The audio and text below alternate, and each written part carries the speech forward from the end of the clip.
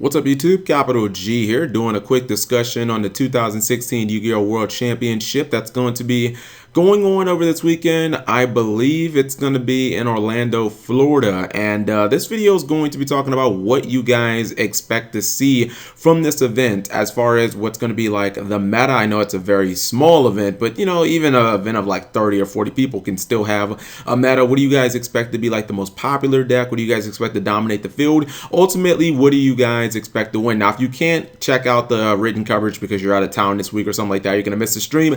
I am going to have, well, I'll definitely have the finals, the top 8, the top 4, basically every top match that they stream. I think I should be able to get every single feature match as well, and then I'll have like any of like the anime character battles and whatnot. But I'll basically have everything on this channel, so you guys check back if you can't see the feature match, or if you just want me to comment, you want to see my commentary on it.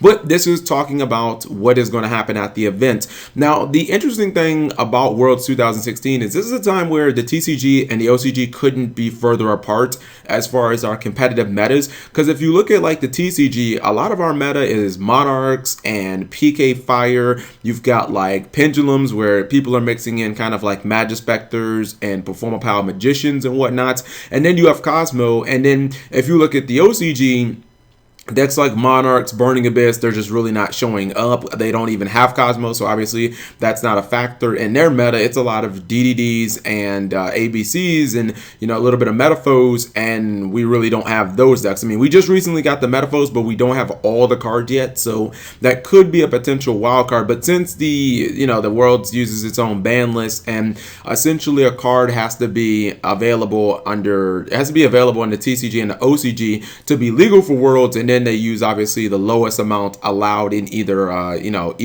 area. It just creates a format that's kind of unpredictable. So I listed a couple of decks that I thought are going to be doing pretty well at this event, or decks to look out for. The number one deck I would say that most people expect to be played the most at this tournament would be Blue Eyes. Blue Eyes is probably the only like high tier deck that's going to be 100% pretty much at full power.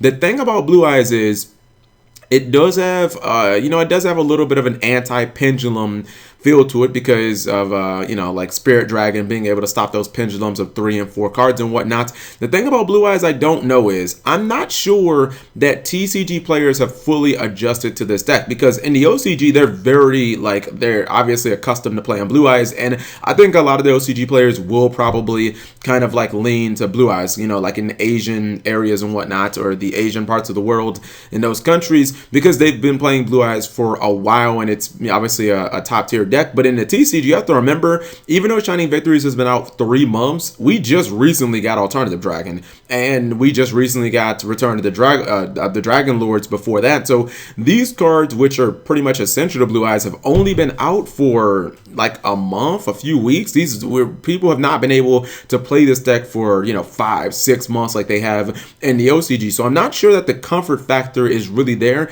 and that is my one, I guess, kind of the one thing that I'm questioning about Blue Eyes and its dominance. So another deck that is going to be at full power, although some people might say it's been a little power creeped, is Sertella Knights. Sertella Knights is what won last year's Worlds, and pretty much I think one copy of Reinforcements of the Army is all you pretty much lost as far as like the TCG and the OCG. Everything else in Sertella Knights is pretty much 100% legal. You don't have Utopia the Lightning, which I guess isn't really that big of a factor as far as like Tellarknights, but Tellarknights is another deck that's at full strength, and it has already won Worlds, so this could be a very strong pick. One deck that I think is actually, this is my pick to win the entire event, is Pendulums. And when I say Pendulums, I don't just mean any Pendulum deck. I'm talking about like the kind of like the TCG build of like Pendulums featuring a whole bunch of Performapals and a little bit of Magispectors, and then some other things like Eccentric Archfiend and is it Magical Exemplar? Whatever that card is. The card that lets you, once you play 3 spells, search a pendulum.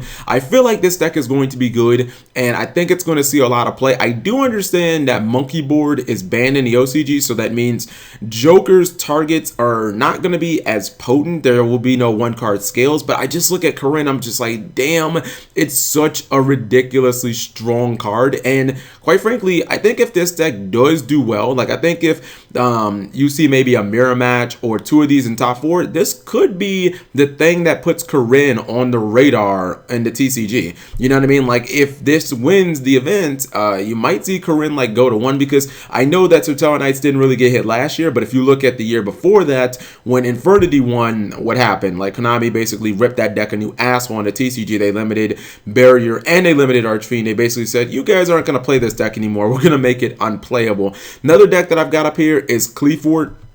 Clifford is another deck that, well, the Demise variants have been actually, they've been pretty decent in the TCG, and the OCG players have still been playing Clifford because I believe they have 2 copies of Scout, not 1, and they just have, you know, they got a lot like Floodgates in the TCG or in the OCG are just at higher numbers, so they're definitely acclimated to playing Clifford. I wouldn't be surprised if Clifford did really well, and then of course Card Demise is going to be at 3. I also have Demise Magispectors. This is a deck that's not sure that many people are running. I think that a lot of people don't think that it's super necessary to run all the Magispectors when you can pretty much just get the job done with Corinne, Raccoon, and maybe like 1 or 2 copies of Fox, because that allows you to run all the core cards that you need without having to, you know, kind of have that big drawback that Magispectors have where they can't always pendulum summon Corinne. And Magispectors is one of those decks where if you lose your scales, you like a lot of times just lose the game because your monsters aren't big enough to run stuff over, and your traps require you to tribute your monsters, so you don't generally keep your monsters on the field that long.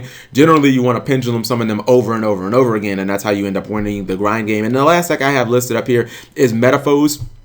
Now, I personally think one of the best ways to run Metaphors is with Yang Zings, but obviously Denlong is not in the TCG, so we can't play that. And if you're running Yang Zing Metaphors and you're not running Denlong, I just don't think the deck works that well because you can't just pull, like, you can get Yang Zing power from your deck, but like it requires you to pendulum summon Secret. It's not nearly as consistent as when you can just like pull path from your deck and activate it immediately. You also won't have 9 branches, so you won't have that like lockdown ability. You know what I mean? And you won't be able to just like play recklessly, because when you can play, when you have your copy of 9 branches, you can kind of do whatever you want, knowing that you have an Infernity Barrier to back you up. But honestly, the 2 decks that I think are probably going to do the best, and this is not the most, this is not the most shocking thing that you're going to hear today, is probably Blue Eyes, because I think that it's already a strong deck. It's at 100% full power. There is nothing that is hit. Also, if you happen to, you know, like I know some people run like Chaos Max Dragon versions of Blue Eyes. With there being no Utopia the Lightning and no Kaijus, that thing is pretty damn hard to kill, because in a TCG, if somebody summoned Chaos Max, like 2 of the easiest ways to get rid of it would just be, all right, I'm just going to Utopia the Lightning attack over it. I'm just going to Kaiju it away. But the OCG, they don't have Kaijus yet. And in Europe, they don't have Utopia the Lightning, so we can't play those at Worlds. So I do think that if people are playing Chaos Max, and especially like a Blue Eyes Mirror Match, that thing might be damn near unkillable. And then I do think a lot of the TCG players are going to gravitate towards like the pendulums that they already know that they've been using. Corinne is still kind of like a win condition against anything that wants to use the extra deck. So I see these 2 kind of being the front runners. I do think Sotella Knights, I think at least one person is going to run Sotella Knights, just because who hasn't played this deck, who isn't familiar with it. It's still just a rank 4 deck. Rank 4s are still really good because we just keep getting more and more powerful rank 4s, but it's just a shame that we pretty much won't see any of these decks being played. I mean, you can play DDDs, but you're not going to have Siegfried. You're not going to have like a lot of the good OCG cards like King Alexander. So what's the point? ABCs are not going to be allowed because ABCs aren't allowed in the TCG. I think all Burning Abyss variants are pretty much just dead on arrival because Dante's at 1 in the OCG. So that pretty much means that if your Dante gets hit with like a Solemn Warning, you've basically lost the duel because you're not going to be summoning Dante the entire time. Cosmos can't be played because, you know, not allowed in the OCG, or they're not out in the OCG. And then Monarchs are just, man, if Monarchs even made like top 8, I think that would be a huge feat because Pantheism's at 1, Domain's at 1. Like, they've just lost a lot of cards in the OCG, so I don't really see that happening either. But let me know what you guys think. What do you guys think is going to happen at Worlds? Like, what do you guys think is going to ultimately win? I'm going to go with Pendulums and an upset over Blue Eyes. Blue Eyes should probably win, but I'm just going to go with Pendulums just because of Corinne. Thank you guys for watching as always. If you enjoyed the video, give it a thumbs up. Hopefully you guys comment in this video because I really want to hear other people's opinions, and subscribe if you haven't already. And actually, there was one more thing that I wanted to say, guys. Are there any other just random decks that you guys could see popping up at this event? Maybe decks that are just completely out of the meta, or, you know, ones that I just didn't think about, like Buster Blader or BLS, because at Worlds, people have experimented knowing that, hey, I already made it here, I might as well have fun. Like, remember there was a year where, like, Jarrell Winston played, like, Exodia and whatnot, so I could possibly see somebody doing something like that, just playing, like, one of their favorite decks, you know what I mean? And I know I did kind of discount it, but do you guys think that there is any chance that like Burning Abyss or PK Fire can do really well? Because that has been one of the most resilient archetypes ever. Like, it's been hit a couple of times. I don't know, even if you put a lot of like, even if you put more Speedroids in it or something like that, because it's just like so many cards. Like, I think Seer is at like 1 in the OCG. So I think they're going to have like 1 Seer, 1 Graph, and 1 Dante. I just don't know if I see it. Like, it just seems like it's such an uphill battle for the deck. Like, they'd have to rely so much on like really good mills, and they'd have to rely so much more on the Phantom Knights. I just don't know if I see them being able to do anything. But anyways, that's it.